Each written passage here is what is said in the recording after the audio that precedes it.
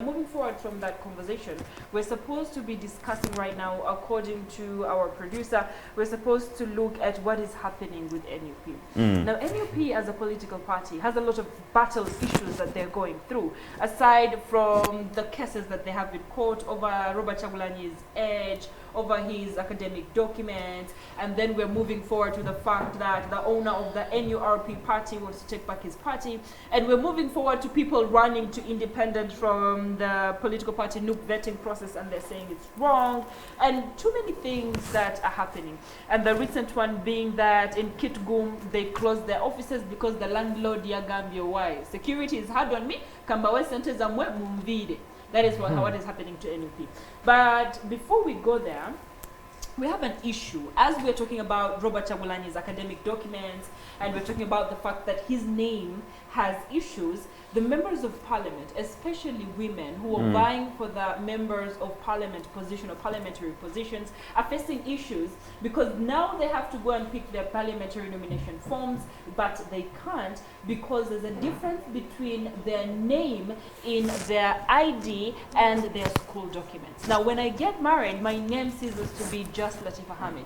It becomes Latifa Hamid Chris, Latifa Hamid Adam, and I add my husband's name to my national ID, and that's what people have created. Now the deed polls where these women are supposed to go and change their names from Latifa Hamid as my academic documents were to Latifa Hamid Adam is a very long process, and we've seen that the time has reached for them to get nomination papers, but they can't. Parliament has tried to talk to Electoral Commission to push the nomination dates ahead, never gonna. So what next for those women? What is left is going to be determined today, because yesterday the Deputy Attorney General, Mr. Rakafuzi, was in the August House, and he submitted a report basing on the meeting they had with the cabinet on Monday, because cabinet Yasalawo Negamba, there's going to be an amendment in that. So the only chance we have as of today is that the Deputy Attorney General, Mr. Rakafuzi, like I was saying, he ordered or he directed the Speaker of Parliament to have a meeting with the Chairman Electoral Commission, Mr. Justice Simon Byabakama, at today before close of business to see if there can be an extension. So that is the only chance we have between the Speaker and the Chairman Electoral Commission. Their mind, because they had said tebagenda oku extending Adams Mayamba. But you can excuse the Electoral Commission because by na roadmap already baba disrupted coronavirus.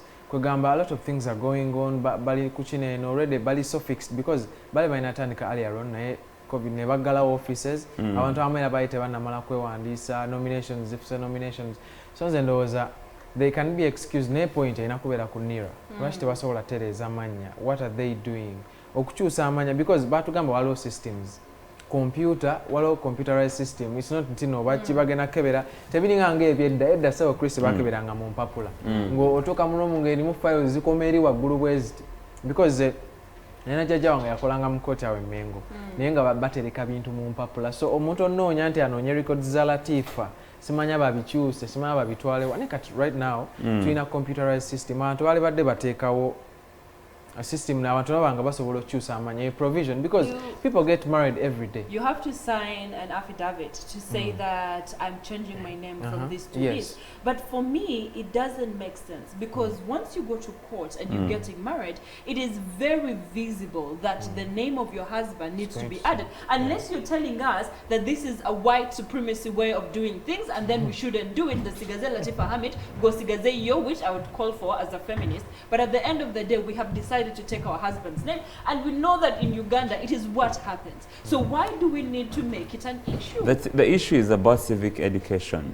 There is a need to do civic education, and to me sometimes I have a question that I've always wanted to pose out, that why do we have a Bible translated to different languages? Why do we have a Quran that is translated to different languages? And we cannot afford to have a Ugandan constitution non-translated to other languages for people to understand the laws that are governing this country.